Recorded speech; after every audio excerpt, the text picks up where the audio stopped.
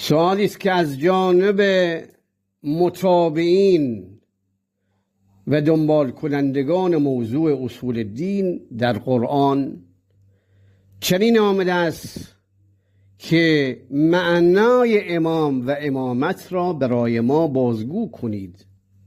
برای رسیدن به مفهوم امامت در جهان هستی باید به اصل نبوت و وظیفه انبیا در قرآن کریم مراجعه کنیم تا وظیفه حقیقی امام و معنای امامت در جهان هستی درک شود و برای عزیزان حقیقت جو روشن گردد.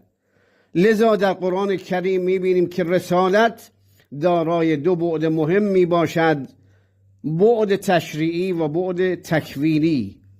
بعد تشریعی